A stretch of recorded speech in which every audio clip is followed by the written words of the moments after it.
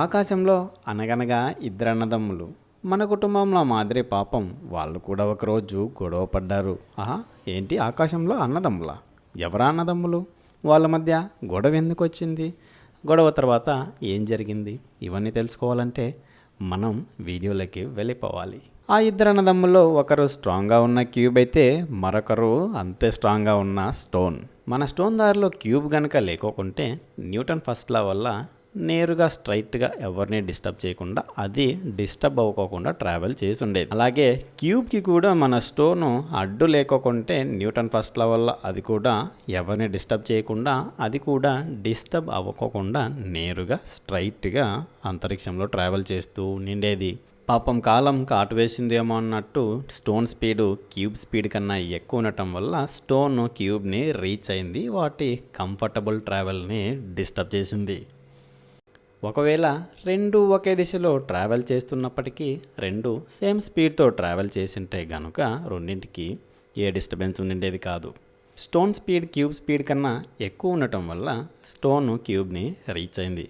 మనకు తెలుసు stone and cube రెండు కూడా వస్తువులే కాబట్టి రెండింటికి ఇనర్షియా ఉంటుందని. మీకు ఇనర్షియా గురించి తెలుసని అనుకుంటున్నాను. తెలియకపోయినా పర్వాలేదు, మనం కొద్దిసేపు ఇప్పుడు ఇనర్షియా గురించి మాట్లాడుకుందాం. తర్వాత ఈ అన్నదమ్ముల గొడవేంటో చూద్దాం. మనం ప్లేగ్రౌండ్లో గేమ్స్ ఆడుతున్నప్పుడు జీవితాంతం ఇలాగా గేమ్స్ ఆడుతూనే ఉంటే ఎంత బాగుంటుంది అనేంతలాగా గేమ్స్ ఆడటాన్ని మనము కంఫర్ట్ జోన్గా ఫీల్ అవుతాం. వెంటనే అమ్మ వచ్చి ఏదైనా పని చేయడానికి పిలిచిందనుకోండి, మనం వెంటనే అమ్మకు ఏదో ఒక అబద్ధం చెప్పడానికి ట్రై చేసి మళ్ళీ మన కంఫర్ట్ జోన్లోనే ఉండటానికి అంటే మళ్ళీ ఆడుకోవడానికే ట్రై చేస్తాం. మన కంఫర్ట్ జోన్ నుంచి బయటకు వచ్చేటట్లు మనల్ని ఎవరైనా ఇన్ఫ్లుయెన్స్ చేస్తూ ఉంటే మన మనస్సు దానికి అంగీకరించదు. ఆ చేంజ్ని యాక్సెప్ట్ చేయదు కనుకనే మన చేత అబద్ధం చెప్పించి మళ్ళీ మనల్ని కంఫర్ట్ జోన్లోనే ఉంచడానికి ట్రై చేస్తుంది.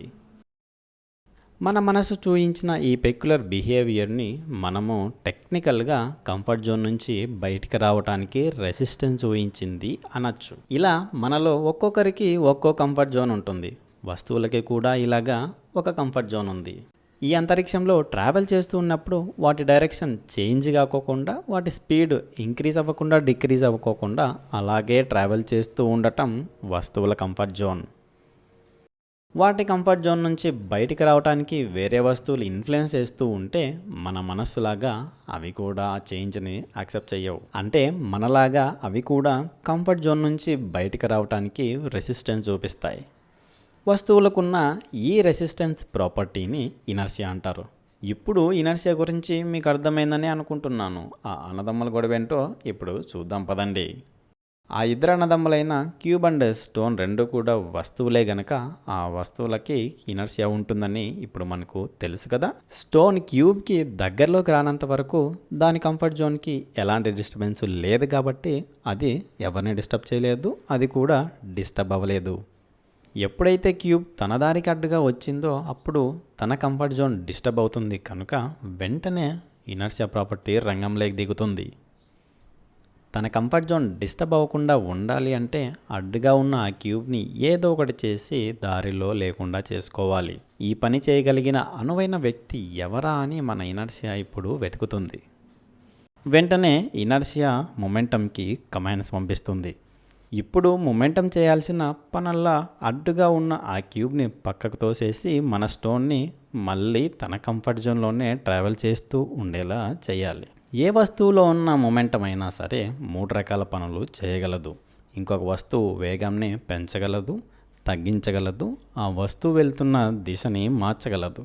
ఈ 3 పనుల్లో మొమెంటం ఏదో ఒకటి చేసినా ఈ మూడింటిని చేసినా ఆ మొత్తం ప్రాసెస్ని టెక్నికల్గా ఇంకొక వస్తువు పైన ఫోర్స్ అప్లై చేసింది అంటారు. సూర్యుని దగ్గర ఉన్న ఈ మొమెంటం భూమిని తన చుట్టూనే తిరుగుతూ ఉండేలా చేయటం వల్ల మనం ఈ భూమి మీద ప్రశాంతంగా జీవిస్తున్నామని ముందు వీడియోలోనే మాట్లాడుకున్నాం. మొమెంటం చేయగలిగిన 3 పనుల్లో సూర్యుని దగ్గర ఉన్న మొమెంటం ఎర్త్ స్పీడ్ని ఇంక్రీజ్ చేయదు, డిక్రీజ్ చేయదు. కాకపోతే ఎర్త్ ట్రావెల్ చేస్తున్న డైరెక్షన్ని ప్రతి క్షణం మారుస్తూనే ఉంటుంది. అందుకే ఎర్త్ సన్ చుట్టూనే తిరుగుతూ ఉంటుంది. మొమెంటం గురించి ఒక క్లారిటీ వచ్చింది కదా మీకు ఇప్పుడు. మన స్టోన్ దగ్గర ఉన్న ఈ మొమెంటం అనే సైనికుడు తను చేయగలిగిన 3 పనుల్లో ఒకవేళ క్యూబ్ స్పీడ్ తగ్గించిందనుకోండి, క్యూబ్ మళ్ళీ ఈ స్టోన్ని డిస్టర్బ్ చేస్తుంది. కాబట్టి క్యూబ్ స్పీడ్ని ఇది తగ్గించదు. ఒకవేళ క్యూబ్ని ముందుకు తోసేసింది అనుకోండి, అది ముందున్న వేగం కన్నా ఇప్పుడు ఎక్కువ వేగంని అందుకొని మళ్ళీ దీన్ని డిస్టర్బ్ చేయకుండా దాని దారిన అది వెళ్ళిపోతుంది. కాబట్టి స్టోన్ దగ్గర ఉన్న మొమెంటం క్యూబ్ స్పీడ్ని ఇంక్రీజ్ చేస్తుంది. క్యూబ్ మీద స్టోన్ మొమెంటం చేసిన ఈ మొత్తం ప్రాసెస్ని టెక్నికల్గా స్టోన్ క్యూబ్ మీద ఫోర్స్ అప్లై చేసింది అంటారు. క్యూబ్ని ముందుకు తోసే ప్రయత్నంలో మన స్టోన్ కొంత ఎనర్జీ లాస్ అవుతుంది. తొయ్యాలంటే కొంత ఎనర్జీ ఖర్చు అవుతుంది కదా. మరి అంత బాగుంది, స్పీడ్ పెరిగింది కదా అని క్యూబ్ సైలెంట్గా వెళ్ళిపోతుంది అనుకున్నారా? స్టోన్ దీన్ని తొయ్యడానికి ట్రై చేసినప్పుడు దీని కంఫర్ట్ జోన్ కూడా డిస్టర్బ్ అవుతుంది. ఇది కూడా ఏదో ఒకటి చేసి స్టోన్ని అడ్డుగా లేకోకుండా చేసుకోవాలి. ఇప్పుడు క్యూబ్ దగ్గరున్న ఇనర్షియా రంగంలోకి దిగుతుంది.